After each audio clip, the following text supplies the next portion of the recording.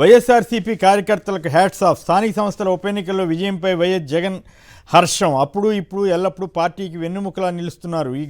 ఈ గెలుపు కృషి చేసిన అందరికీ అభినందనలు అంటూ ఆయన మాట్లాడారు. అయితే అడుగడుగునా బెదిరింపుల పర్వం. టీడీపీ నేతల దాష్టికంతో స్థానిక ఉప ఎన్నికలు మళ్లీ వాయిదా, కొన్ని చోట్ల వాయిదా పడినాయి. ఇప్పుడు ఎందుకంటే మొన్నేమో రెడ్ బుక్ని ఎదిరించి వైసీపీకి సంబంధించిన వాళ్ళు ఎదుర్కోగలిగారు. ఎదుర్కొని మొత్తం మీద ఎలక్షన్ జరిగితే వాళ్ళు ఇందాక చూసాం కదా, ఒక ఆడపిల్ల ఏ రకంగా ధైర్యంగా ఆమె సృజన అనే ఆ ఎంపీటీసీ ధైర్యంగా నిలబడి ఓటు వేసి వెళ్ళింది వైసీపీకి.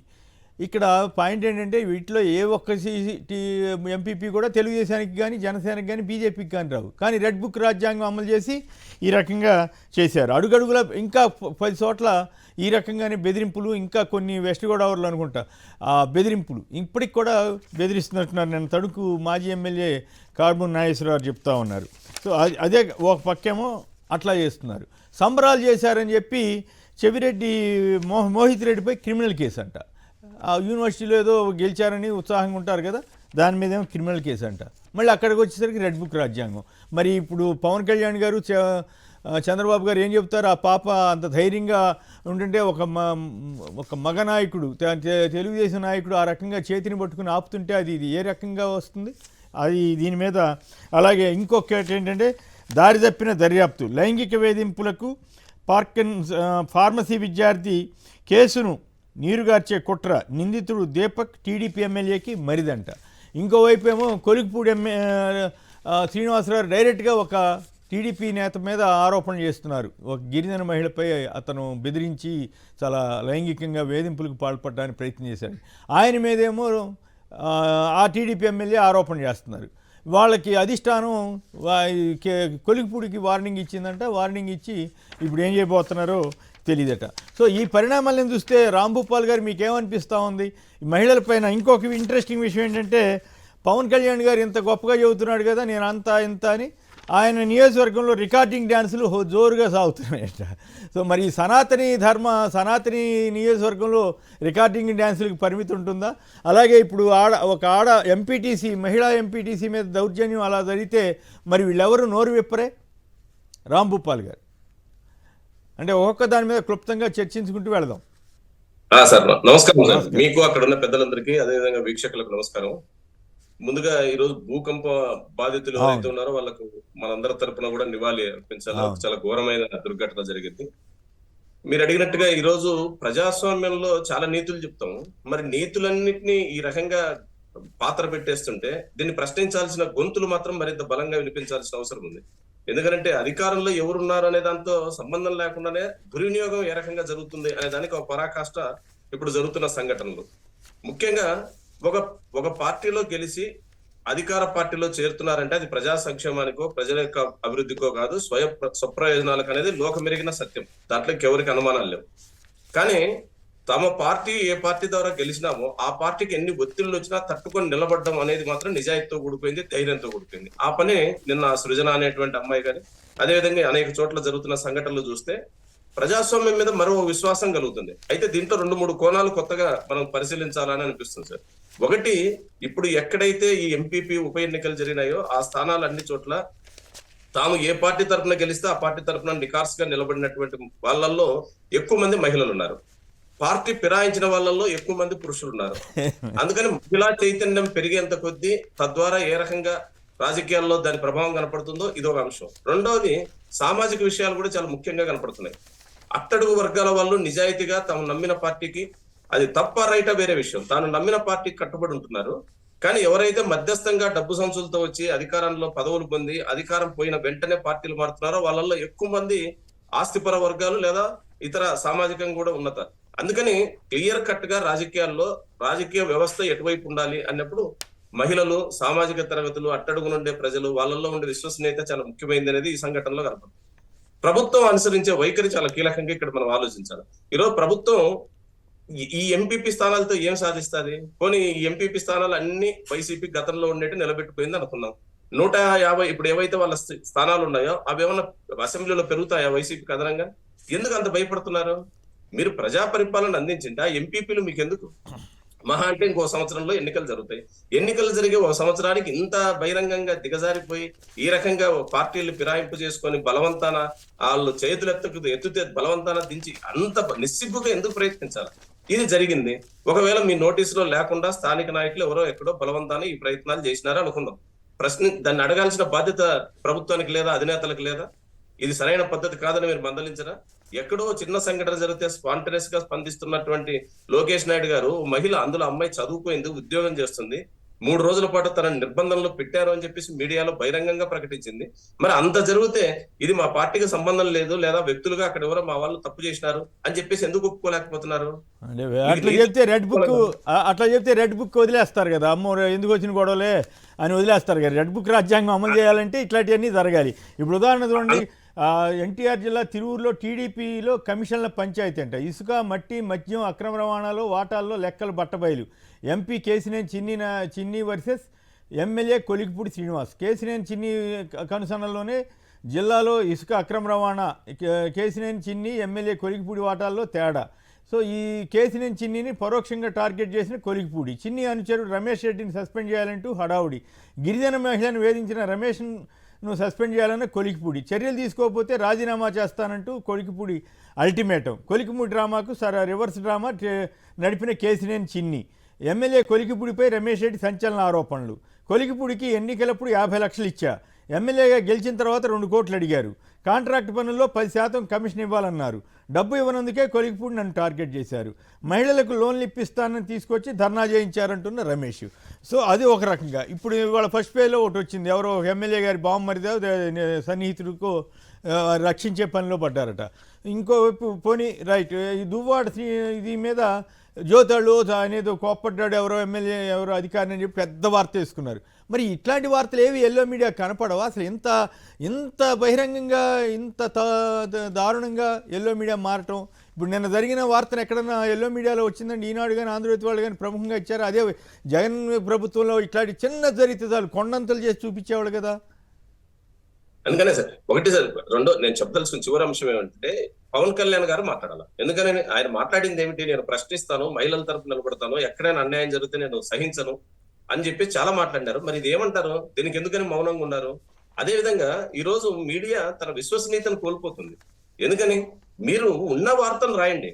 మీ ఎవరు పర్సనల్ రాజకీయాలకు అటాచ్ ఉంది, అది మీరు రాజకీయాలు రాసేటప్పుడు విధానాల పరంగా రాయి. కానీ ఓ దుర్ఘటన జరిగినప్పుడు, దుస్సంఘటన జరిగినప్పుడు సమాజం అంతా దాని గురించి తీవ్రంగా ఆవేదన చెందే సమయంలో కూడా మీరు వార్త రాయకపోతే దానివల్ల ఏం విశ్వసనీయత వస్తుంది పత్రికలకు? నిజంగా దానివల్ల మీకేమో సమాజానికి మీరు ఏ సందేశం ఇవ్వదు. అందుకని క్లియర్ గా ఈ రోజు రాష్ట్రంలో దౌర్జన్యం ద్వారా అధికారాన్ని హస్తగతం చేసుకోవాలనే ప్రయత్నాలు జరిగితే మాత్రం ప్రజలకు రివర్స్. అయితే తిరువురు ఎమ్మెల్యే నిజంగా రాజీనామా చేస్తాడంటారా? సమస్య ఉండదు సార్, అడ్జస్ట్మెంట్ అవుతాయేమో అనిపిస్తుంది. ఎందుకంటే ఇప్పుడు కేసినేని చిన్ని చెప్తున్న కంప్లైంట్ చూస్తే పరస్పరం పెట్టుకొని మరి దీని మీద ఇప్పుడు ముగ్గురితో కమిటీ వేసినారట. 10 నెలల్లో కొలికిపూడి గారు చేసినటువంటి సంఘటనలన్నింటినీ విచారిస్తారట. 10 నెలల్లో ఇప్పుడు కొత్తగా కనిపెడుతున్నారండి. ఆయన మొదటి నుంచి చెప్తున్నాడు, చాలా విషయాలు చెప్పాడు. లిక్కర్ షాపులకు సంబంధించిన విషయాలు బహిరంగంగానే ప్రకటించినాడు.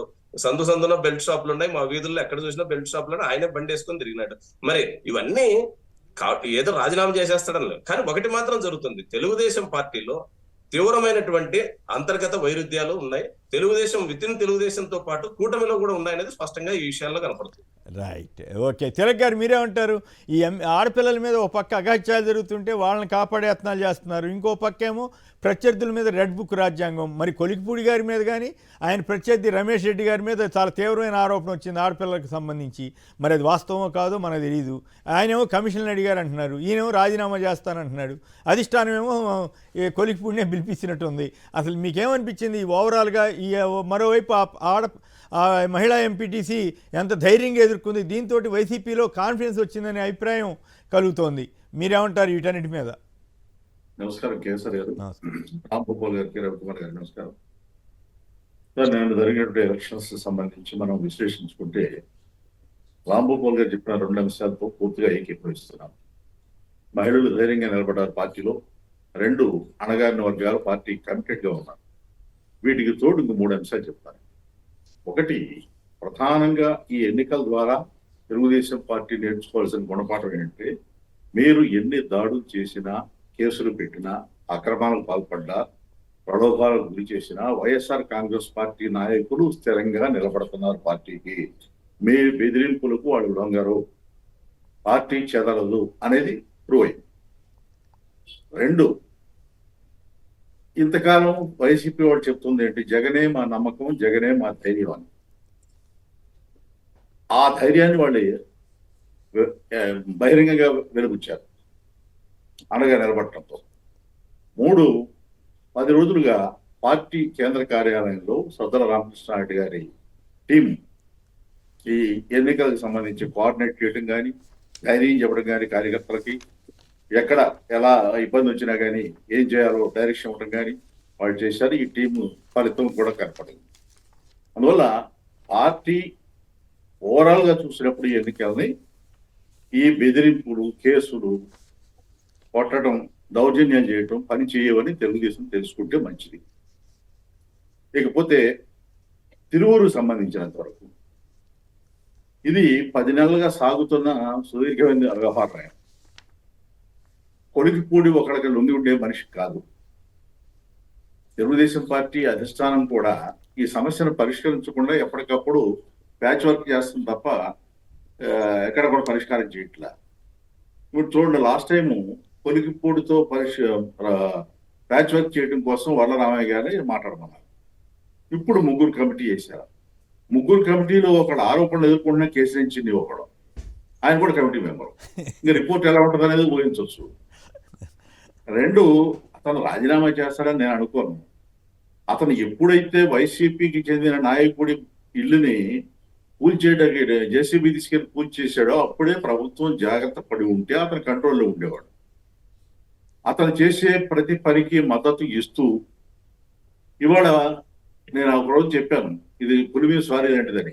వీటిని ఇలా సమర్థిస్తే చివరికి పార్టీ వాళ్ళు కొట్టుకుంటారు. వాళ్ళు సోషల్ మీడియా కూడా అదే జరుగుతుంది. జనసేన, తెలుగుదేశం సోషల్ మీడియా కూడా వాళ్ళ మీద వాళ్ళే పోస్టులు పెట్టుకుంటున్నారు. ఇది ఇప్పుడు తిరువురులో జరుగుతున్నది కూడా అదే. పార్టీ వాళ్ళ మీద తిరగబడుతున్నాడు. దీని మీద చర్య తీసుకుంటారంటే క్లియర్ గా ఆ 3 కమిటీ వేసిన తీరును బట్టే అతని మీద చర్య తీసుకుంటారు. అది సస్పెన్షన్ కూడా నామమాత్రంగా ఏదో ఉంటుంది.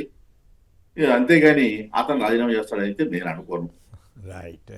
రవికుమార్ గారు చెప్పండి. పైగా నిన్న నేను చూశాను, ఈ ఎమ్మెల్యేల అరాచకాలు ఆలగడ్డలో ఏదో కోళ్ళ షాపుల నుంచి డబ్బులు వసూలు చేస్తున్నారని పేపర్లో వార్త వచ్చింది. అంత ముందు నుంచే సోషల్ మీడియాలో వస్తూ ఉంది. వాళ్ళ మనుషులు వెళ్ళి నిన్న సాక్షి ఆఫీస్ మీద దాడి చేశారని ఎక్కడో వార్త చూశాను. మరి ఎట్లా ఇట్లాంటివి జరుగుతుంటే మరి తప్పులు ఎప్పుడు చెప్పొద్దని వాళ్ళు వ్యవహారం చేస్తున్నట్లుగా ఉంది. ఇది అన్ని చోట్ల జరుగుతోంది. దాడులే కాదండి, ఇంకొకటి కూడా చెప్తాను ఈ సందర్భంలో. ఇప్పుడు ఈ రోజు విజయనగరం జిల్లా పత్రికల్లో వచ్చింది ఒకటి చెప్తాను. విశాఖపట్నం జిల్లా, ఇప్పుడు తెలుగుదేశం పార్టీ నాయకుల భూములు ఉన్న ప్రాంతంలో ఒక్క ఊరు లేదు, కానీ 1,70,00,000 రూపాయలతో వాళ్ళ పొలాలకు వెళ్ళే దారి వేసుకుంటున్నారు. వీళ్ళు మాట్లాడితే ప్రభుత్వ ధనం దుర్వినియోగం చేశారు, గత ప్రభుత్వం అని చెబుతారు. ఒక్క ఊరు లేదండి, వాళ్ళ పత్రికల్లో అక్కడ వచ్చింది. లేకపోయినా కానీ వాళ్ళ పొలాలకు వెళ్ళే దారి 1,70,00,000. ఇలాంటివన్నీ జరుగుతూనే ఉన్నాయి. తర్వాత ఎమ్మెల్యే మొన్న అవనిగడ్డలో ఏం జరిగింది, ఇసుక గురించి గొడవ, జనసేన, తెలుగుదేశం వాళ్ళు. ఇట్లా ప్రతి చోట జరుగుతూ ఉందండి. ఈ ఘర్షణలు రాబోయే రోజుల్లో ఇంకా తీవ్రమవుతాయి. వాళ్ళ జోలికి వెళ్ళట్లేదు కానీ రెడ్ బుక్ పేరుతో వైసీపీ వాళ్ళని లేకపోతే ప్రజల్లో ఎవరైనా అసంతృప్తి చెంది సోషల్ మీడియాలో పోస్టులు పెట్టే వాళ్ళని మాత్రం విచ్చలవిడిగా కేసులు పెట్టి పోలీసు వాళ్ళు నిన్న ఒక జూనియర్ లెక్చరర్కి ఎవరికోనంట పాపం ఆయన ఏదో ఇదేంటి తల్లికి వందనం ఇటంటి గురించి అడిగితే ఆయన మీద అక్రమ సామర్థ్య కేసు పెట్టేశారంట. ఏం పోలీసులో ఏం లోకం, ఇదేమి పాలన అర్థం కాకుండా ఉంది. గతంలో చంద్రబాబు గారి టైంలో కూడా ఇంత అరాచకంగా జరిగిందని నేను ఎప్పుడు చెప్పలేదు. కానీ ఇప్పుడు మరి ఆయన పట్టుపోయింది అంతా లోకేష్ గారు ఇష్టారాజ్యంగా చేస్తున్నారు అంటున్నారు. మరి ఆయనకి మాత్రం ఏమి లాభం దీనివల్ల? కాదు కేసీఆర్ గారు, రెడ్ బుక్ రాజ్యాంగం పనిచేయదు, మీరు ఎన్ని బెదిరింపులు చేసినా, కేసులు పెట్టినా, కొట్టినా పని చేయదు అని ప్రూవ్ అయింది కదండి ఎలక్షన్ లో. అవును. రెండోది, ఈ కార్యకర్తలు ఇలా అక్రమంగా కేసులు పెడితే కోర్టులు రక్షణకు వస్తున్నాయని నేను సుప్రీంకోర్టు తీర్పుతో తేలిపోయింది కదా. సో ఒక పక్కన రక్షణ వస్తుంది, న్యాయపరంగా రక్షణ వస్తుంది. రెండో పక్కన వీళ్ళ రెడ్ బుక్ రాజ్యాంగం ఎంత బెదిరింపులైనా, కొట్టినా, తిట్టినా, కేసులు పెట్టినా బెదరరు అనేది తేలిపోయింది. సంబరాలు చేసుకున్నందుకు మోహిత్ రెడ్డి మీద కేసులు అంట. ఇప్పుడు ఇంత బూతులు తిట్టుకున్న వాళ్ళు ఎవరి మీద కేసులు ఉండవంట. ఎవరు టీడీపీలోని వాళ్ళల్లో వాళ్ళే కమిషన్లని ఒకళ్ళు అత్యాచారం, అది ఆడపిల్లలను వేధించారనో లేకపోతే రమ్మన్నారని చెప్పి చేసినటువంటి వాళ్ళ జోలికి మాత్రం పోలీసులు వెళ్ళరట. ఏం చేస్తాం. రైట్. రవికుమార్ గారు, మీరు కూడా ఏమంటారు, ఈ వైసీపీలో ఆత్మస్థైర్యం పెరిగిందా? నమస్కారం అండి, మీకు ప్యానల్ సభ్యులందరికీ కూడా నమస్కారం. ఇప్పుడు ఈ ప్రభుత్వాన్ని గురించి మాత్రం సామాన్యుడికి కూడా అసలు ఇది ఎలాంటి ప్రభుత్వం, ఈ ప్రభుత్వ తీరుతెన్నులు ఏమిటి అనేది అర్థమయ్యి ఇంతకుముందు ఫస్ట్ లో మీరు కొన్ని విజువల్స్ చూపించారు. చాలా అంటే సామాన్యుడు అంటే చదువు లేని వాళ్ళు కూడా, పేద కూలీలు కూడా, నిరక్షరాస్యులు కూడా చాలా వ్యంగ్యంగా వీడియోలని ఈ రోజున వాళ్ళు రిలీజ్ చేయటం జరుగుతుంది. చాలా వ్యంగ్యంగా. అసలు ఇటువంటి పరిస్థితి నాకు తెలిసి ఎప్పుడు రాలేదు. ప్రభుత్వం పూర్తిగా విఫలమైందనటానికి సామాన్య ప్రజల్లో స్పందననే మనం అర్థం చేసుకోవచ్చు. ఇందాక రాంభూపాల్ గారు కానీ తిలక్ గారు కానీ చాలా విషయాల మీద మాట్లాడారు. స్పష్టత ఏంటంటే వాళ్ళ ఎమ్మెల్యేలు తీవ్రమైనటువంటి అవినీతికి పాల్పడుతున్నారు. ముఖ్యంగా ఈ ఎన్టీఆర్ జిల్లాకు వచ్చేసరికల్లా ఎంపీ గారి పేరు బాగా విస్తృతంగా కనపడుతుంది కూడా. ప్రతి ప్రాంతం నుంచి, ఆయన పార్లమెంటరీ నియోజకవర్గంలో ప్రతి ప్రాంతం నుంచి ట్రిప్పర్లు, ఒక్కొక్క ట్రిప్పర్కి దాదాపు 40 నుంచి 50 టన్నుల ఇసుక, అది ఇక ఏం లేదు యథేచ్ఛగా పోలీసుల ద్వారా దగ్గరుండి ఆ యొక్క సబ్ ఇన్స్పెక్టర్స్ కానివ్వండి, సర్కిల్ ఇన్స్పెక్టర్ కానీ, సబ్ డివిజనల్ ఆఫీసర్స్ కానీ దగ్గరుండి ఆ ఇసుకని రవాణా చేసేటువంటి విషయం.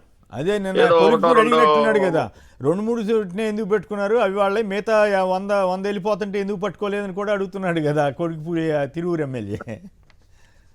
అదే ఈ ఇసుక వివాదం అనేది ప్రభుత్వానికి అంటే ఎంపీలకి ఎమ్మెల్యేల మధ్య గొడవ బాగా తీవ్రంగా ఉన్నట్లు కూడా అర్థమవుతుంది. ప్రొక్లైన్స్ వాడకూడదు అని చెప్పేసి చట్టంలో ఉంది, జీవోలు కూడా చేశారు. కానీ యథేచ్ఛగా ప్రొక్లైన్స్ ద్వారానే ఇసుకని డంపింగ్ చేసేటువంటి పరిస్థితి. ఒక ఎంపీ దౌర్జన్యంగా ఇసుకని మా ప్రాంతంలో ఇసుకని ఎత్తుకెళ్ళిపోయి కోట్ల రూపాయలు సంపాదించేటప్పుడు మా పరిస్థితి ఏంటని చెప్పేసి ఎమ్మెల్యేల్లో కూడా గొడవ మొదలవుతుంది. ఈ కొలికిపుడి గారు వచ్చేసరికల్లా ఆయన ఒక షెడ్యూల్డ్ కులానికి చెందినటువంటి ఎమ్మెల్యే. ఆయన దీని మీద తీవ్రంగా రియాక్ట్ అయ్యారు. ఏంటి అన్యాయం అని చెప్పి రియాక్ట్ అయినప్పుడు అసలు గొడవ మాత్రం ఇసుక గొడవే. ఈ అట్లానే మద్యం షాపులకు సంబంధించి కూడా ఆయన బహిరంగానే వ్యాఖ్యలు చేయడం జరుగుతుంది. అంటే ఒక ఎమ్మెల్యే బెల్ట్ షాపులు వీధిన సందున గొంతున ఉన్నాయని చెప్తున్నాడంటే, తెలుగుదేశం పార్టీ ఎమ్మెల్యే చెప్తున్నాడంటే రాష్ట్రం అంతా కూడా ఉన్నట్లే కదా. అంటే దీంట్లో ఏంటి అసలు ఇప్పుడు ప్రభుత్వ స్పందన ఏంటి, అసలు ప్రభుత్వం ఏం చేస్తుంది, నిద్రపోతుందా? ఒక పక్క ఇసుక విపరీతంగా లోడింగ్ చేస్తున్నారు, ఒక పక్క మద్యం విపరీతంగా అక్రమంగా ఎక్కడ పడితే అక్కడ బెల్ట్ షాపులు పెట్టి అమ్ముతున్నారు. లా అండ్ ఆర్డర్ విషయానికి వచ్చేస్తే ఇందాక రాంభూపాల్ గారు చెప్పారు, మహిళల్లో చాలా చైతన్యం, మహిళలు బాగా చైతన్యం వచ్చింది, మామూలు చైతన్యం కాదు. పేద వర్గాల్లో చైతన్యం ఉండబట్టే 40% ఓటింగ్ జగన్మోహన్ రెడ్డి గారికి వచ్చింది. ఇటువంటి పరిస్థితుల్లో తెలుగుదేశం పార్టీ ఏంటంటే ఎక్కడ ఇప్పుడు స్థానిక సంస్థల్లో కూడా అంతే, ఎక్కడ స్థానిక సంస్థల్లో మనం వెనకబడిపోతే మన యొక్క ఆధిక్యత తిన్నది అనేది బహిరంగంగా అర్థం అవుద్ది అని చెప్పేసి, ప్రజలకు తెలిసిపోద్ది అని చెప్పేసి దాన్ని కంట్రోల్ చేసుకోవడం కోసం అరాచకాలకు పాల్పడ్డారు. ఒక మహిళ చెయ్యెత్తి నేను వైఎస్ఆర్ కాంగ్రెస్ పార్టీగా నేను ఓటేస్తానని వైఎస్ఆర్ కాంగ్రెస్ పార్టీకి చెందిన మహిళ చెయ్యెత్తుంటే తెలుగుదేశం పార్టీకి చెందినటువంటి ఒక మగ వ్యక్తి ఆ చెయ్యిని లాగేస్తుంటే మరి అది అబ్యూజింగ్ కాదా? అది మరి దాని మీద ఏ సెక్షన్ ప్రకారం కేసు కట్టాలో ప్రభుత్వానికి తెలియదా? ఎందుకు అతను వెంటనే అరెస్ట్ చేయాలి? అంటే ఏంటంటే ప్రభుత్వమే ఇటువంటి అరాచకాలకి పెద్దపీట వేస్తుంది అనేది అర్థమైపోతుంది. అంటే టోటల్ గా హైకోర్టు కూడా నిన్న 2 రోజుల క్రితం వ్యాఖ్యానించింది, ఈ రాష్ట్రంలో శాంతి భద్రతలు బాగలేదు, పోలీసులు మితిమీరి వ్యవహరిస్తున్నారు, ఇష్టం వచ్చినట్లు మీరు కేసులు పెడుతున్నారు, దీన్ని మేము మరి మాకే వినాలంటే చాలా ఇబ్బందిగా ఉంది, మేము స్పందిస్తాం. బీపీ వస్తుందని చెప్పారు. రైట్, బీపీ వస్తుందండి.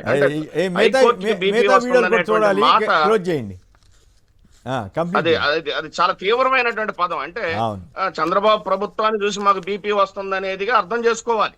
ఖచ్చితంగా కూటమి ప్రభుత్వాన్ని చూసి మాకు బీపీ వస్తుందని హైకోర్టు వ్యాఖ్యలను కూడా మేము పట్టించుకోము, ఇలాగైనా తప్పుడు కేసులుగా పెడతాము, ఇలాగ ఎవరినైనా జైలు పంపిస్తామంటే ప్రశ్నించిన వాళ్ళందరినీ కూడా అనగదొక్కేటువంటి నిరంకుశమైనటువంటి వైఖరి ఈ ప్రభుత్వం అవలంబిస్తున్నప్పుడు మరి పక్కన ఉన్నటువంటి డిప్యూటీ సీఎం Right. గారు ఏం చేస్తున్నాడు?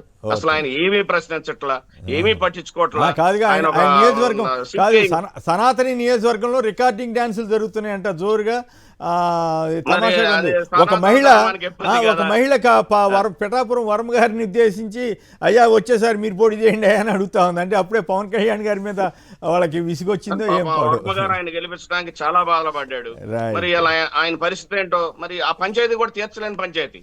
చివరికి ఏంటంటే వర్మ నీ ఇష్టం ఉంటే ఉండు, లేకపోతే నీ కర్మ అనేటువంటి పరిస్థితి. Right. అంటే ఈ విధంగా ఎక్కడైతే ఎమ్మెల్యేలకి అసంతృప్తి ఉందో, సీట్లు త్యాగం చేసిన వాళ్ళందరూ కూడా ఈ రోజు కన్నీరు పెట్టుకునేటువంటి పరిస్థితి. రైట్. అంటే మరి చిన్న వాటికి కూడా చంద్రబాబు గారు ఎందుకు అబద్ధాలు ఆడుతూ దొరికిపోవాలి? జగన్ అసలు 5 ఏళ్లలో ఎప్పుడు వెళ్ళలేదన్నారు. విజువల్తో సహా వాళ్ళు చూపిస్తున్నారు. అలాగే డయాఫ్రమ్ వాళ్ళు మునిగిపోవడానికి కారణం, దెబ్బతింటానికి కారణం ఆ కాపర్ డ్యాంలో గ్యాపులు పెట్టడం. ఆ గ్యాపుల గురించి మాట్లాడకుండా ఎవరో మీద ఆరోపణ చేస్తే ఏం ప్రయోజనం? ఇప్పుడు వచ్చింది 2017లోనే పూర్తి చేస్తానని ఆయనే చెప్పారు కదా. మళ్ళీ ఇప్పుడు నేను వస్తే 2020లో పూర్తి చేసిన 2019 మే వరకు మీరే ఉన్నారు కదా, మరి ఎందుకు చేయలేదు? ఇవన్నీ అంటే ఇప్పుడు ఉన్నదాన్ని జాగ్రత్తగా వాడుకుని పరిస్థితిని బట్టి మంచిగా చేసుకో. అసలు ఆయన అంబటి రాంబాబు గారు అడుగుతున్నారు, అసలు కేంద్రం తీసుకోవాల్సిందని నువ్వెందుకు తీసుకున్నావా అని. సో ఈ అబద్ధాలు ఆడుతూ దొరికిపోవటం ఎందుకు నాకైతే అర్థం కాదు ఇంత సీనియర్ నేత. ఇక వరుసనే వార్తల్లోకి వెళదాం, వీడియోలు అయిపోయినాయి. టీచర్లకు ప్రవేశ పరీక్ష, బడుల్లో విద్యార్థులను చేర్పించేలా ప్రతి టీచర్కు టార్గెట్, ఎక్కువ మందిని చేర్పించిన వారికి పాయింట్స్, సర్వీస్ రికార్డులో చేర్చి పదోన్నతులు. తెలంగాణలో ఇది ఒక ఆసక్తికరమైన ఇది చేస్తున్నారు. ప్రభుత్వ బడుల్లో విద్యార్థులు చేర్పించేలాగా ప్రతి టీచర్కు టార్గెట్ పెడుతున్నారట. గతంలో జగన్ గారు టీచర్లకు సంబంధించి టైంకి రండి అని చెప్తే ఇదే ఇప్పుడు అధికారంలో ఉన్న తెలుగుదేశం కూటమి వాళ్ళంతా ఇంకే ఉంది, టీచర్లకి చాలా ఘోరం జరిగిపోతుంది అన్నట్టుగా ప్రచారం చేశారు. ఇప్పుడు తెలంగాణలో టీచర్లకి బాధ్యతలు అప్పచెబుతున్నారు. నోటి నొరగలతో 3 చిన్నారులు మృతి, కడుపు నొప్పి వస్తోందంటూ నిద్రలేచిన తల్లి, నిర్జీవంగా కనిపించిన పిల్లలు, తాము విషం లాంటిది ఏమీ తీసుకోలేదని పోలీసులకు చెప్పిన తల్లి, రాత్రి షాపులో తెచ్చిన పెరుగుతో అన్నం తిన్నామని భర్త మాత్రం పప్పుతో తిన్నాడని వెల్లడి. మరి ఇదేం జరుగుతుందో పాపం, అన్యాయంగా 3 పిల్లలు ఇదయ్యారు. బేస్మెంట్ పూర్తయితే వెంటనే 1,00,000 ఇందిరమ్మిళ్ల గ్రౌండింగ్ వేగవంతం చేయాలి. ఉమ్మడి వరంగల్ జిల్లా భేటీలో మంత్రులు ఎమ్మెల్యేలతో సమీక్షలో మంత్రి పొంగులేటి శ్రీనివాసరెడ్డి. పేక మెడల్లా కుప్పకూలాయి థాయిలాండ్, మయన్మార్లో జరిగిన ఘోరమైనటువంటి చాలా దారుణమైనటువంటి భూకంపం. ఇక వైఎస్ఆర్సీపీ కార్యకర్తలకు హ్యాట్స్ ఆఫ్ అన్న జగన్. అడుగడుగున బెదిరింపుల పర్వం ఇప్పుడు ఆల్రెడీ మనం చర్చించేసాం. అలాగే మోహిత్ రెడ్డి పైన క్రిమినల్ కేసు. ఇక ఇంకో ఇంట్రెస్టింగ్ విషయం ఏంటంటే ఐఐటీలకు అందని జాబ్. చాలా చోట్ల దేశంలోని 23 ఐఐటీల్లోనూ క్యాంపస్ ఎంపికల్లో అసాధారణ క్షీణత. సగానికి పైగా ఐఐటీల్లో 10% మేర తగ్గుదల. మరోవైపు బిల్డప్ బాబాయిలు ఉన్నారు కదా, వాళ్ళు ఏం చెప్తున్నారంటే అమరావతిలో క్వాంటమ్ పార్క్ వస్తోంది, క్వాంటమ్ ఇది, దాంతో 7.5 లక్షల ఉద్యోగాలు వస్తాయని వాళ్ళు చెప్పేస్తున్నారు. సో మరి ఈ రకంగా బిల్డప్ ఇవ్వటం ఎందుకు, అదే అర్థం కాని పరిస్థితి. తిలక్ గారు చెప్పండి, నిజంగానే వీళ్ళు ఈ రకంగా బిల్డప్ ఇవ్వటం వల్ల ఏమైనా ప్రయోజనం ఉంటుందా? ఓ పక్క ఐఐటీలకే ఉద్యోగాలు దొరకడం కష్టంగా ఉందని అంటున్నారు. ఓకే, క్వాంటమ్ పార్కో లేకపోతే అది తీసుకురండి, మంచిదే, సంతోషం. కానీ ఇంత బిల్డప్ ఇచ్చిన తర్వాత కదా చంద్రబాబు గారికి అప్రతిష్ట వచ్చేది. అక్కడేమో ఏముండవు, అవన్నీ వచ్చేసరికి ఎన్ని ఏళ్ళు పడతాయో తెలియదు. సో మీరేమంటారు, నిజంగానే ఇంత బిల్డప్ ఇవ్వాల్సిన అవసరం ఉందా? సార్, ఇప్పటి వరకు ప్రభుత్వం వచ్చిన తర్వాత ఎన్ని ఉద్యోగాలు ఇచ్చారు, ఎన్ని తీసేశారు, ఆ లెక్కలు ముందు చెప్తే వీళ్ళ పనితీరు గురించి మనం అంచనా వేయొచ్చు. మొన్న లూలు గ్రూప్ వైజాగ్ వస్తుంది అని భారీ ఎత్తున ప్రచారం చేశారు. ఏమిటో లూలు గ్రూప్, దానివల్ల వేల ఉద్యోగాలు వస్తాయి అంటే మీరు ఎట్లాగో ప్రస్తావించారు కాబట్టి ఆ పాయింట్ కూడా చెప్తాను.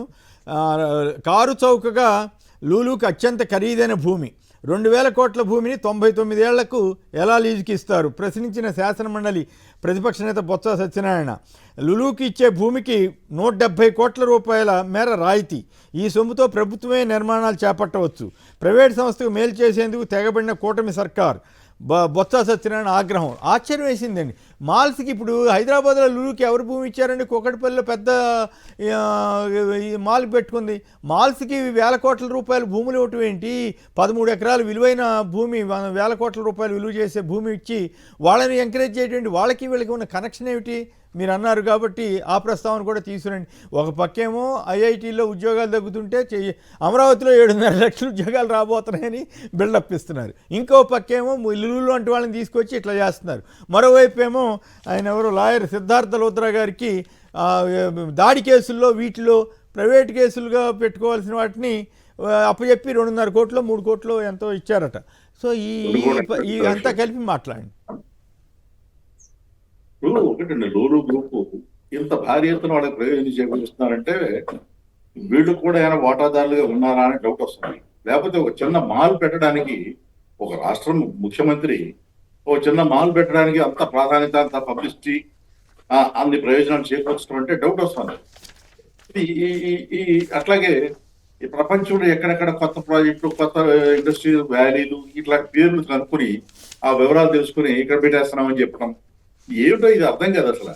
దానివల్ల ప్రయోజనం ఏంటి, ఎంతమందికి ప్రయోజనం కలుగుతుంది, ఎంతమందికి ఉద్యోగాలు వస్తాయి ఎవరికి తెలియదు. డబ్బులు లేవంటాడు ఒక పక్కన. మూడోది రేపు ప్రారంభించబోతున్నారు 1వ తారీఖు P4. ఇంతకంటే మీకు గుర్తుంటే 10 సంవత్సరాల క్రితం లోకేష్ గారు మంత్రి అయిన కొత్తలో ఎన్ఆర్ఐలను తీసుకొచ్చి లోకేష్ గారు మాట్లాడుతున్నారు, ఎన్ఆర్ఐలు గ్రామాల దత్తత తీసుకుని బ్రహ్మాండంగా డెవలప్ చేసేస్తారని చెప్పేసి. సేమ్ అదే కాన్సెప్ట్ మళ్ళీ ఇప్పుడు పబ్లిక్ ప్రైవేట్ పార్టిసిపేషన్ అని చెప్పేసి తీసుకొచ్చి మరి గ్రామాలను వాళ్ళు దత్తత తీసుకున్నట్టుగా వాళ్ళే డెవలప్ చేస్తారు. దీనికి అప్లికేషన్స్ కాల్ఫర్ చేస్తే ఇంట్రెస్ట్ ఉన్నవాళ్ళు పెట్టమని ఎవరు రెస్పాండ్ కాల. దాంతో అసలు రాష్ట్రంలో డబ్బులు ఉన్న వాళ్ళ లిస్టు తయారు చేయడానికి ముఖ్యమంత్రి గారు ఆదేశాలు ఇవ్వటం, ఆ లిస్టు పట్టుకుని వాళ్ళ మీద ఒత్తిడి తీసుకురావటం, ఇది సక్సెస్ అయ్యే ప్రోగ్రామ్ అని అయితే నేనని అనుకోవట్లేదు. ఇట్లా మోసం చేసి అన్నాళ్ళు ఈ నిరుద్యోగులను మోసం చేస్తారని నాకు అర్థం. నిరుద్యోగ వృత్తి ఎక్కడం కోసం ఇవన్నీ పనులు మొన్న అసెంబ్లీ కూడా చెప్పారు కదా. పెద్ద పెద్ద పరిశ్రమలు వచ్చేస్తుంటే నిరుద్యోగ వృత్తి ఎందుకని ఒక మంత్రి గారు అన్నారు కదా. ఇవన్నీ జనాన్ని మభ్యపెట్టడం కోసం చేసే పనులు తప్ప నిజంగా నిరుద్యోగం నిర్మూలించడానికో ఉద్యోగాలు కల్పించడానికో ఈ ప్రయత్నాలు చేస్తున్నారని నేనైతే అనుకోవడం లేదు. ఐఐటీలకు అందని జాబ్ అమరావతిలో అది పరిస్థితి ఏమో అన్ని పేపర్లోనే వచ్చింది, ఇంక్లూడింగ్ ఎల్లో మీడియా కానీ ఇతరత్ర కానీ. అమరావతిలో క్వాంటమ్ వాలి 10 లక్షల కోట్ల పెట్టుబడులు, 7.5 లక్షల ఉద్యోగాలే లక్ష్యం. కొత్త ఆవిష్కరణలతో భారత్ పరివర్తన పురోగతిలో ముందున్నాం. DIDGలో ఐఐటి మద్రాసులో చంద్రబాబు ప్రసంగం అంట. సో దీన్ని హైలైట్ చేశారు. ఓకే, ప్రసంగిస్తే తప్పులేదు, కానీ మరీ 7.5 లక్షల ఉద్యోగాలు ఇవన్నీ మరి భారతదేశాన్ని ఉద్దేశించి అన్నాడా లేకపోతే అమరావతిని ఉద్దేశించి అన్నారా? మరి ఒకవేళ భారతదేశాన్ని ఉద్దేశించి అంటే పర్వాలేదు, కానీ నాకు అర్థమైన దాని ప్రకారం ఐఐటి మద్రాసుతో కలిసి పనిచేస్తామని చెబుతున్నారు. మరి ఈ పరిణామాలు ఎట్లా ఉంటాయి? మరోవైపు లులుకేమో సంపద సృష్టిస్తున్నట్లుగా అక్కడ 2,000 కోట్లు ఆశిస్తున్నారు. ఇక్కడేమో అమరావతిలో లాయర్ గారికి పార్టీ కేసుల కోసం ప్రజాధనం లోద్రాకి 2.86 కోట్లు సమర్పిస్తున్నారట. రాంభూపాల్ గారు మీరేమంటారు? అలాగే ఇంకొక చిన్న పాయింట్ ఒకటి ఉందండి. అమరావతిలో ఆ స్కూళ్ళు ఏదో కడుతున్నారట, బ్రహ్మాండంగా కడుతున్నారట. మరి మిగతా రాష్ట్రం అంతా ఇవ్వండి దేశారు ఎవరు రాజధాని గ్రామాలకు కొత్త కళ. రాజధాని అమరావతిలోని గ్రామాలకు ఆధునికంగా ఆదర్శంగా తీర్చిదిద్దాలని సంకల్పించింది. ఈ మేరకు వాటిని స్మార్ట్గా తీర్చిదిద్దుతోంది. అందుకోసం ప్రాజెక్టు కింద 138 కోట్లతో 14 పాఠశాలలు, 17 మోడల్ అంగన్వాడీలు, 16 హెల్త్ అండ్ వెల్నెస్ సెంటర్ల నిర్మాణం చేపట్టారు. వాటిని ప్రారంభోత్సవానికి సిద్ధంగా ఉన్నాయట. సో మీకేమనిపిస్తుంది? సంపద అంటే కేవలం అమరావతితో లేకపోతే విశాఖలో లులు వాళ్ళకో లేదా లాయర్ గారికి డబ్బులు ఇవ్వటమా ఏమిటి? ఈ పరిణామాల మీద మీరు ఎట్లా స్పందిస్తారు? సార్ ఒకటి సార్, ఇప్పుడు 23 ఐఐటీల్లో ప్లేస్మెంట్స్ అనేది బాగా తగ్గిపోయినాయి. 2021-22తో పోలిస్తే 23-24 సంవత్సరంలో 25% ప్లేస్మెంట్స్ తగ్గినాయి అనేది పార్లమెంటరీ స్టాండింగ్ కమిటీ ఇచ్చిన రిపోర్టు. దానికి కొన్ని కారణాలు చెప్పినారు వాళ్ళు. ఎందుకు తగ్గినాయి? ఒకటి, ఉద్యోగాల్లోనే మాంద్యం ఏర్పడింది, ఎక్కడ కొనుగోలు తగ్గిపోయింది, దాని ద్వారా ఆ ఉద్యోగాల కల్పన జరగలేదు. రెండవది, క్వాలిటీ ఆఫ్ ఎడ్యుకేషన్ తగ్గిపోయింది. దానికి కారణం స్టాఫ్ లేదు. ముఖ్యంగా రిక్రూట్మెంట్ లో చాలా ఘోరమైనటువంటి అధ్యాపక కొరత అనేది తీవ్రంగా ఉంది. ఈ ఉన్నత విద్యా సంస్థల్లోనే ఈ పరిస్థితి ఉందంటే సాధారణ ఎడ్యుకేషన్ పరిస్థితి ఇంకా దిగజారిపోతుంది అనేది స్టాండింగ్ కమిటీ చెప్పిన ముఖ్యమైన అంశం. ఈ రోజు నారాయణ, చైతన్య లాంటి కార్పొరేట్ కాలేజీలు ఆధారపడి మధ్యతరగతి వర్గాన్ని ఆశలో ముంచి చదివిస్తున్నది కేవలం ఈ ఐఐటీలో సీట్ వస్తే చాలు మా పిల్లలు సెటిల్ అవుతారని. దానికోసం వేల కోట్ల రూపాయలు ఖర్చు పెట్టుకుంటున్నారు ఈ రోజు దేశంలో, రాష్ట్రంలో. ముఖ్యంగా మన రాష్ట్రంలో విద్యా వ్యాపారం కావడంలో కీలకమైన పరిణామం ఐఐటీల్లో సీటు కోసం. ఇప్పుడు ఐఐటీల్లో సీట్ వచ్చిన తర్వాత వాళ్ళు చదివిన పిల్లలకు ఉద్యోగాలు లేవు. దీనికి నిజంగా ప్రభుత్వాలు సీరియస్ గా ఆ విషయాన్ని ఆలోచించాలి. అది వదిలేసి అదే మద్రాస్ ఐఐటిలో నిలబడి నిన్న ఉపన్యాసం రెండింటికి కాంట్రడిక్షన్. పార్లమెంటరీ కమిటీ ఇచ్చిన రిపోర్ట్, నిన్న చంద్రబాబు నాయుడు గారు చెప్పిన రిపోర్ట్ చూస్తే పూర్తి వైరుధ్యంగా మాట్లాడుతున్నాడు. మరి అది తెలవక మాట్లాడతాడా? ఇది కరెక్టే. ఇందాక నేను భారతదేశాన్ని ఉద్దేశించి అమరావతి అనుకున్నాను. ఇది వాళ్ళు స్పష్టంగానే ఇచ్చారు. అమరావతిలో క్వాంటమ్ వ్యాలీ 10 లక్షల కోట్ల పెట్టుబడులు, 7.5 లక్షల ఉద్యోగాలు. క్లియర్ గా ఉంది సార్. ఆయన మాట్లాడిన స్పీచ్ లో తప్పు చెప్పకూడదు కదా అనే ఉద్దేశంతో నేను క్లారిటీ అంటే 7.5 లక్షల ఉద్యోగాలు ఒక అమరావతిలోనే వస్తే మరి 23 ఐఐటీల్లో 25% ఉద్యోగాలు ఎందుకు తగ్గిపోతుంది? అక్కడ ఎందుకు ప్లేస్మెంట్ దొరకడం లేదు? ప్లేస్మెంట్ వస్తే తర్వాత ఉద్యోగం నిలబడుతుందా లేదా వేరే విషయం, కనీసం ప్లేస్మెంట్ కూడా రావడంలా. కాబట్టి కల్పనలతో ఉద్యోగాలు రావు. ఉద్యోగాలు కల్పించబడాలంటే ఏం చేయాలి? ఈరోజు కేంద్ర ప్రభుత్వం కోవిడ్ తర్వాత ఉద్యోగ క్షీణత చాలా తీవ్రంగా ఉంది అని కేంద్ర ప్రభుత్వం నిన్న ఇచ్చిన ఎకనామిక్ సర్వేనే చెప్పేసింది. ఆంధ్ర రాష్ట్రంలో కూడా సోషియో ఎకనామిక్ సర్వే అదే చెప్తుంది. ఇక్కడ కొత్తగా ఉద్యోగాలు మ్యానుఫ్యాక్చరింగ్ రంగంలో పూర్తిగా తగ్గిపోయినాయి అని. దీని నుంచి బయటపడడానికి ఏం చేయాలి అది ఆలోచించకుండా రోజుకో కొత్త పదం, రోజుకో ఇంగ్లీష్ పదాలు ఏవో కొత్తవి పెట్టేయడం, కొద్ది మందినైనా మధ్యతరగతిని నమ్మించగలను, నిరుద్యోగులు లేదో మభ్య పెట్టగలను అనుకుంటే దానివల్ల ఉపయోగం. కడుపు నిండినప్పుడు ఈ పదాలతో కడుపు ఏం నిండదు. ఉద్యోగాలు అట్లాగే అమరావతిలో మాత్రమే ఈ మోడల్ గ్రామాలు, మోడల్ పాఠశాలలు అంటే మిగతా జిల్లాల పరిస్థితి ఏంటి? వాళ్ళకి ఆవేదన కలగదా? ఇవే సార్. ఇప్పుడు వైరుధ్యాలు ఎందుకు వస్తున్నాయి, తగాదాలు ఎందుకు వస్తున్నాయి, ప్రాంతాల చర్చలు ఎందుకు జరుగుతున్నాయి? ప్రభుత్వాలు అనుసరించే విధానాలను బట్టి. ఈ రోజు రాష్ట్రంలో ఉన్న ప్రభుత్వం రాష్ట్ర సమగ్రాభివృద్ధికి తన ప్రణాళిక ప్రకటించదు. కేవలం ఒక ప్రాంతంలో, అది కూడా కొద్ది మందికి ఉపయోగపడే ప్రణాళికలు ప్రకటిస్తే మరి మిగతా ప్రాంతాల్లో ఇదే కదా చర్చ వచ్చేది. పోయినసారి వివాదాలు రావడానికి కారణమైంది కూడా ఇదే కదా. అందుకని మేము ప్రభుత్వానికి, రాష్ట్రానికి ముఖ్యమంత్రి, రాష్ట్రానికి ప్రభుత్వం బాధ్యత వహించాలా. రాష్ట్రం మొత్తం ఈరోజు తలసరి ఆదాయం గురించి ఇచ్చినారు. అనంతపురం ఏమో అనకాపల్లి, కోనసీమ కంటే చాలా అభివృద్ధిలో ఉందంట. కానీ మీరు మూడు పంటలకు నీళ్లు వచ్చే ప్రాంతం మాత్రం వెనకబడిపోయింది. రెండు నిజమై ఉండొచ్చు. అనంతపురంలో ఏం కలిపారు?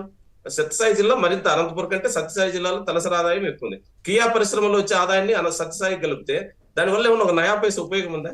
సత్యసాయి జిల్లాకు 1 పైసా ఉపయోగం ఉందా? కియా సంపాదించింది, ఆ డబ్బుల్ని మీరు టర్న్ ఓవర్ చూపిస్తున్నారు, దాన్ని తీసుకొచ్చి దాంట్లో కలుపుతారు. అదేవిధంగా అదాని లేదా టాటా కంపెనీ లాంటి గ్రీన్ ఎనర్జీ కంపెనీలన్నీ అనంతపురం జిల్లాలో 1000 కోట్ల రూపాయలు విద్యుత్ వ్యాపారం చేసుకుంటున్నాయి. అది మా జిల్లాలో కలిపేసి ఇక్కడ వలసలు పోతున్న కార్మికుల్ని, ఇక్కడ పస్తులు ఉండేటువంటి పేదలందరూ అభివృద్ధి అయినారని తలసరి ఆదాయం చూపిస్తే ఇంతకంటే అన్యాయం ఏముంది? కాకి లెక్కలతో కాలక్షేపం చేసే పని అనుకుంటే నిజమైన కడుపుల నుంచి ఆలోచనలు వస్తాయి. కడుపు నుంచి చెప్పండి. కాదు, సంపద సృష్టి అంటే లులుకి 13 ఎకరాలు విలువైన 2000 కోట్ల 1500 కోట్ల విలువైన ఆస్తి సంపద. అలాగే మరోవైపు లాయర్ గారికి పార్టీ కేసులకు సంబంధించి 2.5 కోట్లు ఇచ్చేశారంట. మరి ఆ లాయర్ గారికి ఇట్లా ఈ రెండింటిని మీరు ఎట్లా పోలుస్తారు? సంక్షిప్తంగా చెప్పండి దాని మీద కూడా. చూడండి సార్, లూలు కంపెనీకి అక్కడ ఇస్తున్నారు, అదాని కంపెనీకి రాయలసీమ మొత్తంలో కంపెనీ కాదు. ఇక్కడ మీరు చిన్న తేడా ఉండాలి. మీకు అదాని ఏంటి వ్యతిరేకత ఉండదు. అదాని కనీసం ఇండస్ట్రీస్ అని చెప్తున్నాడు, కానీ మాల్కి ఇవ్వటం కదా. లులు వాళ్ళకి మాల్కి హైదరాబాద్ లో లులు మాల్కి ఎవరు ఇచ్చారు భూమి? అదే చెప్తున్నాను. మాల్స్ కి ఎందుకు ఇవ్వాలి మనం? ఇక్కడ కూడా గ్రీన్ ఎనర్జీలో కొత్త ఉద్యోగాలు పోనీ ఏదో ఒకటి అనుకుందాం, ఉత్పత్తి అన్న జరుగుతుంది. ఇట్లాంటి మాల్స్ కు వ్యాపార సంస్థలకు ఎందుకు ఇవ్వాలా? రెండో వైపు కోర్టుకు లాయర్లు అది పర్సనల్ కేసులు అయినప్పుడు పార్టీల తరఫున మీరు ఖర్చు పెట్టుకోవాలి. ఇప్పుడు మేమందరం కేసులు పెడుతున్నారు, మాకేం ఏ గవర్నమెంట్ న్యాయ పేసి ఇవ్వదు కదా, ఖర్చులు పెట్టుకునే కదా మేమంతా జరుగుతున్నది. ప్రత్యేక ఆంధ్ర ఉద్యమంలో ఆ ప్రత్యేకత రాష్ట్రం కోసం జరిగిన ఆ ఉద్యమ సందర్భం మళ్ళీ తీసుకుపోయి సమైక్యాంధ్ర కేసుల్లో పెట్టినారు. ఇక్కడ నుంచి విజయవాడకు రావాల్సి వచ్చింది. వచ్చినప్పుడల్లా మరి ఖర్చులు పెట్టుకోవాల్సింది పేదలు ఖర్చు పెట్టుకున్నారు. మరి అప్పుడు మాత్రం చట్టం వర్తించదే అండి. అందుకని ప్రభుత్వ సొమ్మును ఈ రకంగా దుర్వినియోగం చేయడం మాత్రం కరెక్ట్ కాదు. రైట్. రవికుమార్ గారు, నమస్కారం. లాలు సంస్థకి అంత లులు సంస్థ, లాలు కాదు, లాలు అంటే లాలు ప్రసాద్ యాదవ్ అనుకుంటారు. లులు ఆ సంస్థకి ఇవ్వటం అనేది అది వ్యక్తిగత సంపద సృష్టించుకోవడం అని చెప్పి మనం అర్థం చేసుకోవాలి. ఎందుకంటే మాల్స్ అనేవి దోపిడీ చేయడానికి వచ్చేటువంటి సంస్థలు. అవి వ్యాపారం చేసుకొని వాళ్ళ లాభాల కోసం వచ్చేది, అది ప్రజలకు ఉపయోగపడే కాదు. ప్లస్ రెండోది ఏంటంటే ఇక్కడ ఉన్నటువంటి ఉత్పత్తులన్నింటిని కూడా వాళ్ళు కొనేసి స్టోర్ చేసేసి అధిక లాభాలకు అమ్ముకునేటువంటి సంస్థలు అవి. వాటికి ఇవ్వటం అంటే అది అర్థం లేనటువంటి విషయం. కానీ వాళ్ళకి అర్థమైనటువంటి విషయం ఏంటంటే ఖచ్చితంగా అది వాటి ద్వారా వ్యక్తిగత సంపదని సృష్టించుకోవడానికి అవి ఖచ్చితంగా ఉపయోగపడతాయి. ఇది వాళ్ళ ప్రణాళికలో ఒక భాగం. ఇకపోతే అమరావతికి సంబంధించి, అమరావతికి ఒక నిర్దిష్టమైనటువంటి లక్ష్యం కానీ ఒక నిర్దిష్టమైనటువంటి ప్రణాళిక లేదు. దానికి కొన్ని 100,000 కోట్ల రూపాయలు అక్కడ గతంలో ఆయన ముఖ్యమంత్రిగా ఉన్నప్పుడు పెట్టారు. ఇప్పుడు కూడా అక్కడే ఇన్వెస్ట్మెంట్ చేయడం అంటే అది ఎప్పటికీ పూర్తవుతుంది. ఇప్పుడు మనం చాలా నష్టపోయాం. ఆ నష్టపోయిన విషయం కూడా ఈ రోజు యువతకు అర్థమైంది, విద్యార్థులకు అర్థమైంది, అందరికి అర్థమైంది. అక్కడ పరిస్థితి ఏంటంటే ఇప్పుడు చెన్నైలో ఉండేవాడికి మెడ్రాస్ లో వాడికి చెన్నైలో ఉద్యోగం దొరుకుద్ది, బెంగళూరులో ఉద్యోగం దొరుకుద్ది, హైదరాబాద్ లో ఉద్యోగం దొరుకుద్ది. ఇక్కడికి వచ్చేసరికల్లా అమరావతిలో ఉద్యోగం దొరికే పరిస్థితి లేదు. అసలు ఎప్పటికి ఇది పూర్తవుద్ది? అసలు ఏంటి అసలు దీని మీద ఆ, ఏదైనా అసలు ఆయన ఒక సిస్టమ్ ఏదన్నా ఉందా, ఒక పద్ధతి ఏమన్నా ఉందా? అసలు ఏమీ లేకుండా ఆయన ఏంటంటే కేవలం అమరావతిని అభివృద్ధి చేయడం ద్వారానే ప్రజల్ని మభ్యపెట్టవచ్చు అనేది ఆయన ఆలోచన విధానం. అదే విధంగా హైటెక్ సిటీ అన్నాడు. హైటెక్ సిటీని చూపించేసి అక్కడ కొంతకాలం గడిపాడు. అలాగనే ఇక్కడ అమరావతిని చూపించి గడిపేటువంటి పరిస్థితి. ఈరోజు జగన్మోహన్ రెడ్డి గారు విద్యా వ్యవస్థ గురించి రాష్ట్రం మొత్తం కూడా బ్రహ్మాండమైనటువంటి నాడు నేడు పథకం ద్వారా స్కూల్స్ ను విపరీతంగా అభివృద్ధి చేయటం కానీ, ఇంగ్లీష్ మీడియం పెట్టడం కానీ, అసలు విద్యా వ్యవస్థలోనే ఈ భారతదేశానికే ఒక రోల్ మోడల్ ఆంధ్రప్రదేశ్ జగన్మోహన్ రెడ్డి గారి ప్రభుత్వం. ఇక్కడికి వచ్చేసరికల్లా అమరావతిలోనే నువ్వు ఇంత ఇన్వెస్ట్మెంట్ పెడితే మరి వైజాగ్ పరిస్థితి ఏంటి? ఇంకా మనకి ఇంకెక్కడుంది అసలు? మనం ఇప్పుడు వైజాగ్ లో బ్రహ్మాండమైనటువంటి భవనాలు కట్టేసి వైజాగ్ ను అభివృద్ధి చేశారు. అదే వైజాగ్ ఇంకొంచెం మన పోర్ట్లోని అక్కడ ఏరోడ్రోమ్స్ ఉన్నాయి, రకరకాలైనటువంటి అభివృద్ధి ప్రణాళికలు అక్కడ చేసుకోవడానికి అవకాశం ఉంది, అక్కడ ఉద్యోగాలు సృష్టించుకోవడానికి అవకాశం ఉంది. అందుకని ఈ రోజున యువత మొత్తం కూడా నిర్వీర్యమైపోయి వాళ్ళకి ఉద్యోగాలు దొరక్క యువత ఆ విధంగా నష్టపోయింది, పేదలు ఈ విధంగా నష్టపోయారు, మహిళలు ఆ విధంగా నష్టపోయారు. అంతా కూడా అరాచకంగా ఉందన్నమాట ఇది. ఇకపోతే ఏంటంటే వీటన్నింటిని కప్పిపుచ్చుకోవడం కోసం ఈ యొక్క విధ్వంసం ఇవన్నీ కూడా కోర్టుల చేత చీవాట్లు తినేటువంటి పరిస్థితి. అంటే టోటల్ గా చూసి ఈ రాష్ట్రంలో శాంతి భద్రతల ఫెయిల్యూర్, అభివృద్ధి ఫెయిల్యూర్, అదే విధంగా ఓకే మీరు జనరల్ విషయాలన్నీ తర్వాత మాట్లాడుకోవచ్చు. కొన్ని ఇంట్రెస్టింగ్ విశేషాలు చెప్పిన తర్వాత పోలవరం దాని మీదకి వెళ్దాం. ఇక్కడ బస్సు అక్కడ రిజిస్ట్రేషన్, రాష్ట్రంలో తిరిగే అనేక ట్రావెల్ బస్సులు నెంబర్ ప్లేట్లు ఏఆర్ అంటే అరుణాచల్ ప్రదేశ్, ఎన్ఎల్ అంటే నాగాల్యాండ్ పేరుతో ఉంటున్నాయి. ఆ రాష్ట్రాల బస్సులు ఇక్కడ ఎందుకు నడుపుతున్నారనే సందేహం మీకు ఎప్పుడైనా వచ్చిందా? ఇక్కడ ఉన్న ఎక్కువ పన్ను చెల్లించే బదులు అతి తక్కువ పన్నులు ఆ రెండు రాష్ట్రాల్లో వాటి యాజమాన్యాలు అక్కడ రిజిస్ట్రేషన్ చేస్తున్నాయి. ఇదే కేసు కదా అప్పుడు నెంబర్ ప్లేట్లు ఇవన్నీ గొడవ మీదే కదా. ఆ తాడిపత్రిలో జేసీ కంపెనీ వాళ్ళకి సంబంధించిన దాని మీద కేసు పెడితే వాళ్ళని దాని మీద అబ్బో ఇంకేముంది కక్ష సాధింపని ఇదే పెద్ద పెద్ద నాయకులు లోకేష్ వీళ్ళంతా వెళ్ళి ఆయనకి అండగా నిలబడ్డారుగా. ఇప్పుడు ఈనాడే రాసింది, మరి ఏం చేస్తారో చూద్దాం. వాళ్ళకి ఎవరెవరు అట్లా చేస్తున్నారో పేర్లు అన్ని లోపల ఉన్నట్టున్నాయి. కానీ అది ఇక పల్లా శ్రీనివాసరావు గారి సతీమణికి అర్హతలు లేకపోయినా ఒక అసిస్టెంట్ ప్రొఫెసర్గా అప్పట్లో తిరస్కరించారంటే ఇప్పుడు మొత్తం ఇచ్చేస్తున్నట్లుగా హడావుడిగా ప్రమోషన్లకు ముందే సర్క్యులేషన్ ఇస్తున్నట్టుగా వార్త వచ్చింది. వక్ఫ్ బిల్లుపై చంద్రబాబు డబుల్ గేమ్. బిల్లుకేమో పార్లమెంట్లో మద్దతు ఇచ్చారు, వక్ఫ్ ఆస్తుల పరిరక్షణ అంటూ ఇక్కడ నాటకాలు ఆడుతున్నారని వైఎస్ఆర్ కాంగ్రెస్ పార్టీ సభ్యుడు షేక్ అసీఫ్ అన్న చెప్తున్నాడు. అలాగే ఆర్డినెన్స్ కాదు అసెంబ్లీలో చట్టం చేయాలి, టీడీపీ కూటమి ప్రభుత్వానికి మాదిగ సంఘాల జేఏసీ డిమాండ్. ఈ తమాషాగానే ఉంది.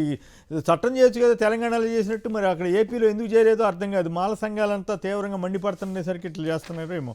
సత్యన్నకు 7% అంట. ఆసుపత్రుల్లో సెక్యూరిటీ శానిటేషన్ టెండర్లో మాయ చేసిన ప్రభుత్వం తప్పుల తడగ్గా టెండర్లు వేసిన సంస్థల కాంట్రాక్టులు 1500 కోట్ల కాంట్రాక్టులు ఆ ప్రజాప్రతినిధికి 7% కమిషన్ వచ్చేలాగా నిర్ణయం జరిగిందటండి. మరి ఎమ్మెల్యే ఎవరో ఎంపీఓ మరి ఆయన బ్రహ్మాండంగా సంపాదించుకోవడానికి. డిజిటల్ అక్రమాలపై సిఐడి ఈ రెడ్ బుక్ మాత్రం కంటిన్యూస్గా ఏదో ఒకటి పెట్టడం నడపటం. ఇక శ్రమించిన నేతలకు వరించిన వ్యవసాయం అంటే మార్కెట్ కమిటీ చైర్మన్ పదవులు ఇస్తుంటే ఈనాడు బిల్డప్ బాబాయ్ ఈ రకంగా రాశారు. ఇక పోలవరం దానికి వెళ్దాం. పోలవరం మీద ఇన్ని అబద్ధాలు ఆడటం మీరు ఎప్పుడైనా చూసారా తిలక్ గారు? చూశారు కదా, మీకు ఇందాక వీడియోలు వేసాం. అసలు జగన్ గారు అక్కడికి వెళ్ళనే లేదన్నారు, ఆ వీడియో వచ్చింది. 2017కే పూర్తి చేస్తామన్నారు, 2025 వచ్చింది. మరి ఇవన్నీ అంటే మీకేమనిపించింది? ఒక మాట చేస్తారు, రాజశేఖర రెడ్డి గారు చనిపోకుండా ఉంటే పోలవరం ఎప్పుడు పూర్తి అయిపోయింది. ఆయన చంద్రబాబు నాయుడు గారు చెప్పేట్టు వాస్తవాలు అవాస్తవాలు అన్నీ ఎట్లా ఉంటాయంటే తెలుగుదేశం పార్టీ పెట్టమని ఇంటి రామారావు నేనే సలహా ఇచ్చానని చెప్పినట్టు ఉంటుంది. ఆయన చెప్పే మాటలకి ఆ విలువ ఉందని నేనైతే అనుకోను. తర్వాత పోలవరం సంబంధించినంత వరకు ప్రతి అడుగులోనూ అసలు రాజశేఖర గారు ఉంటే రాష్ట్ర ప్రభుత్వం తీసుకునే పరిస్థితి ఉండేదా? కేంద్రం కట్టాల్సిన ప్రాజెక్ట్ ని పట్టిసీమ ఉండేదా? ఎందుకు ఈ పక్కదారులన్నీ ఎందుకు వెళ్ళినాయి అంటే అది ఆయన సాక్షాత్తు మోడీ గారు చెప్పారు కదా ఏటీఎం అని. వేరేవాడు చెప్పక్కడ. ఇవాళ అధికారంలో వాళ్ళ కూటమిలో ఉన్న ప్రధానమంత్రి గారే చెప్పారు అది ఏటీఎం లాగా వాడుకున్నాడు చంద్రబాబు నాయుడు గారు, యూటర్న్ బాబు అని చెప్పేసి. దానికి సమాధానం చెప్పకుండా ఇది ఏదో జగన్మోహన్ రెడ్డి రాజశేఖర రెడ్డి వలన పై గమ్మత్తు ఏంటంటే నిమ్మల రామానాయుడు గారు చెప్తారు ఆయన ఇరిగేషన్ మంత్రి. రాజశేఖర రెడ్డి జగన్ వల్లే పోలవరం ఇట్లా నాశనం అయిపోయింది. కానీ చాలా అన్యాయం కదా తిలక్ గారు. నాకు స్వయంగా అనుభవం. నేను ఆ రోజుల్లో సెక్రటరియట్ అసెంబ్లీ అన్నీ చూసేవాళ్ళం కదా. అప్పుడు చంద్రబాబు గారిని కలిసినప్పుడల్లా మీరు నేను కూడా ఆ ప్రాంతం వాడినే కదా, పోలవరం చేయండి సార్ మీకు మంచి పేరు వస్తుంది. అప్పటికే తెలుగుదేశం వాళ్ళు ఎర్రా నారాయణ స్వామి గారు, ఇంకా ఆయన వడ్డీ వీరభద్రరావు గారు వీళ్ళంతా ఢిల్లీ దాకా కూడా వెళ్ళేవాళ్ళు, కేంద్రం చేపట్టాలి ఇట్లాంటివి. నేను అడిగితే ఆయన ఏమనేవారంటే అవన్నీ అవ్వండి ఇప్పట్లో, అంటే ఎలక్షన్ టైంకి అవ్వనే ఉద్దేశంతో అనుకుంటా బహుశా అవ్వండి అని చెప్పేవాళ్ళు. ఇది ఎక్కడ కూడా ఇంత నేను కనీసం 2-3 సార్లు అని అడిగి ఉంటా చంద్రబాబు గారిని. వారి సమాధానం అట్లుంటే రాజశేఖర రెడ్డి గారు కొత్తగా సీఎం అయిన వెంటనే అసెంబ్లీలో అదే క్యాబినెట్ సమావేశం అయిన తర్వాత అప్పుడే ఇరిగేషన్ సంబంధించిన ఒక రిపోర్ట్ శర్మ గారు ఎవరో ఒక ఐఏఎస్ ఆఫీసర్ ఇస్తే ఇవన్నీ చేద్దామన్నారు. కిందకు వచ్చినప్పుడు నేను మరి కొందరు ఉన్నాం, ఏం సార్ చేస్తారా పోలవరం పులిచింతలు అని అడిగితే చేసి చూపిస్తాను శ్రీనివాసరావు అన్నారు. సో తేడా చెబుతున్నాను అనమాట. ఇప్పుడేమో ఈయన నా కళ అంటారు. అప్పుడు సరే రాజశేఖర రెడ్డి గారు, నిజంగా రాజశేఖర రెడ్డి గారు లేకపోతే ఈ పరిస్థితి ఈ స్థాయిలో అనుమతులు రావటం కానీ ఇవన్నీ జరిగిండేవి కాదన్నది పచ్చి నిజం మీరు చెప్పినట్లు. ఒకటి సార్ వాస్తవాలు మీకు సబ్జెక్ట్ ఇది కరెక్షన్. మరి చెన్నారెడ్డి గారు ముఖ్యమంత్రిగా ఉండగా అనుకుంటా అసెంబ్లీలో పుచ్చలపల్లి సుందరయ్య గారు రాష్ట్రంలో ఇరిగేషన్ ప్రాజెక్టుల గురించి అంకెలు వివరాలతో సహా చెప్పారు. ఆయన చెప్పినంత ఆధునిక ఏ నిరుడు చెప్పలేదు. అవును. 2 పోలవరంతో సహా ఈ రాష్ట్రంలో ఇరిగేషన్ ప్రాజెక్టులన్నిటికీ పర్మిషన్ తీసుకొచ్చింది రాజశేఖర రెడ్డి హయాంలో. 3 చంద్రబాబు నాయుడు గారికి ప్రాజెక్టుల మీద ఎంత ఇంట్రెస్ట్ ఉందో చెప్పడానికి మీకు కొన్ని ఉదాహరణలు. లేదు స్కామ్ ఒకటి. ఈ రీసెంట్ గా చూసుకుంటే పులిచింతల 100 కోట్లు కట్టేస్తే వాళ్ళకి రీహాబిలిటేషన్ కి మనం అక్కడ నీళ్లు నిల్వ చేసుకోవచ్చు స్వామి అని చెబితే 5 ఏళ్ళు అయినా ఆ 100 కోట్లు ఇవ్వలేదు. జగన్మోహన్ రెడ్డి గారు వచ్చిన తర్వాత ఆ 100 కోట్లు ఇచ్చాడు. కానీ పులిచింతలు నేనే కట్టాను. ఆయన ప్రాజెక్టులు కాదు ఇంత సింపుల్ అబద్ధాలు ఆడటం ఎందుకు? సింపుల్ విషయాలు కదా. జగన్ వెళ్ళలేదని ఎందుకు చెప్పటం? ఆయన పోనీ ఇన్నిసార్లు నేను ఎక్కువసార్లు వెళ్ళానని చెప్పుకో తప్పులేదు. జగన్ గారి మీద పడి అంటాం విమర్శలు చేయటం ఎందుకు? దానివల్ల దొరికిపోయినట్టు కదా అనేది నా పాయింట్. అబద్ధం ఆడకపోతే నిద్ర పట్టదండి. అసెంబ్లీలో 2 రోజులకి తేడాలో అసెంబ్లీలో ఫైనాన్స్ మినిస్టర్ గారు అప్పులు ఎంత ఉన్నాయో చెప్పాడు. అవును. 2 రోజుల తర్వాత మళ్ళీ చంద్రబాబు నాయుడు గారు లేదు 13 లక్షలు 19 లక్షలు 15 లక్షలు మళ్ళీ మొదలుపెట్టి రైట్. రాంభూపాల్ గారు మీరేమంటారు? చంద్రబాబు గారు ఇట్లా అబద్ధాలు ఆడాల్సిన అవసరం ఏమైనా ఉంటుందో? చిన్న విషయాలు, ఇంత సీనియర్ నాయకుడు కదా, జగన్ గారు వెళ్ళలేదు 5 ఏళ్లలో అని చెప్పడం ఎందుకు? వెంటనే సోషల్ మీడియాలో ఆయన వెళ్ళిన వీడియోలు, తర్వాత వీళ్ళందరూ రాంబాబు గారి ఖండనలు ఇవన్నీ వచ్చినాయి కదా. సరే, ఇప్పుడు అబద్ధం చెప్పాల్సిన అవసరం ఉంది? మీరు చేయగలిసింది ఇప్పుడు అధికారం ఉంది, 10 నెలలు అయింది, ఇంకో 4 సంవత్సరాల పాటు మీ చేతిలో ఉంది. ఈ 4 సంవత్సరాల్లో మేము పోలవరాన్ని పూర్తి చేస్తాం లేదా ఫలాని పనులు పూర్తి చేస్తామని చెప్పొచ్చు. గతం గురించి ఇంకా మాట్లాడితే ఉపయోగం. రెండోది నిన్న కొత్త విషయం చెప్తున్నాడు సార్ ఆయన. పోలవరాన్ని ప్రాజెక్ట్ పూర్తి చేయాలంటే ముందు పునరావాసానికి సంబంధించినటువంటి దాన్ని ప్రయారిటీ ఇస్తామని మేము మొదటి నుంచి కోరుతున్నది అది. ఆ పునరావాసాన్ని ఏదో పూర్తి చేయండి, కేంద్రం నుంచి రావాల్సిన ఆ పునరావాసానికి ఏదైతే రావాలో మనకు ఆ డబ్బులు తీసుకురండి అని చెప్తున్నాం. ఇప్పుడు దాని గురించి మాట్లాడడంలో పునరావాసానికి ప్రాధాన్యత ఇస్తాను అని అంటే పోలవరాన్ని ఇప్పట్లో పూర్తి చేయను అని చెప్తూ కేంద్రాన్ని అడగాల్సిన బాధ్యతను వదిలేస్తున్నాడు. అంటే మొత్తం మీద పోలవరం ఈ 4 సంవత్సరాల్లో పూర్తి చేయను అనేటట్టుగా స్పష్టంగా ఇంకో రూపంలో సంకేతాలు వస్తున్నాయి. దానికి గతంలో ఉండే ప్రభుత్వాలు కారణం. రాజశేఖర రెడ్డి గారి గురించి ఇప్పుడు నిమ్మల రామానాయుడు గారు మాట్లాడితే అర్థమే ఉంది. ప్రాజెక్టులు అది అందరినివో కావచ్చు, ఇతర ప్రాజెక్టులు కానీ ఆ సందర్భంలో అనేక ప్రాజెక్టులు ప్రారంభించి కంప్లీట్ కొన్ని చేయలేకపోయినారనేది వేరే విషయం. కానీ ప్రాజెక్టులు నీళ్ళు అనేది ఒక చర్చనీయాంశం చేసింది రాజశేఖర రెడ్డి గారు అనేది ఎవరైనా చెప్పగలుగుతున్నారు కదా ఈ రోజు. కానీ మీ గవర్నమెంట్ ఉన్న ఈ టైంను ఉపయోగించుకొని పోలవరాన్ని పూర్తి చేయండి. మీరు అమరావతి మీద ఎంతైతే కాన్సన్ట్రేట్ చేస్తున్నారో పోలవరాన్ని అదే కేంద్రీకరించి పూర్తి చేయండి. అదే విధంగా వెనకబడిన ప్రాంతాలకు ఏదైతే చెప్పారో అది చేయండి. ఈ Right. 3 మీ ప్రయారిటీస్ లో ఉన్నాయని కదా మీరు Okay. చెప్పింది. అది చేయమని చెప్పేస్తే గతాన్ని గురించి మరీ పదే పదే మాట్లాడితే ఉపయోగం ఏముంది? రైట్, టైం దగ్గరికి వచ్చింది. రవికుమార్ గారు సంక్షిప్తంగా ఒక మాటలో చెప్పండి. చంద్రబాబు గారు అసత్యాలు చెప్పాల్సిన అవసరం ఏముంది అంత పెద్ద ఆయన? ఇప్పుడు అసత్యాలు చెప్పడంలో చంద్రబాబు గారిని మించిన రాజకీయ నాయకుడు ఎవరో లేరు అనేది మొత్తం భారతదేశం మొత్తానికి తెలిసినటువంటి విషయమే.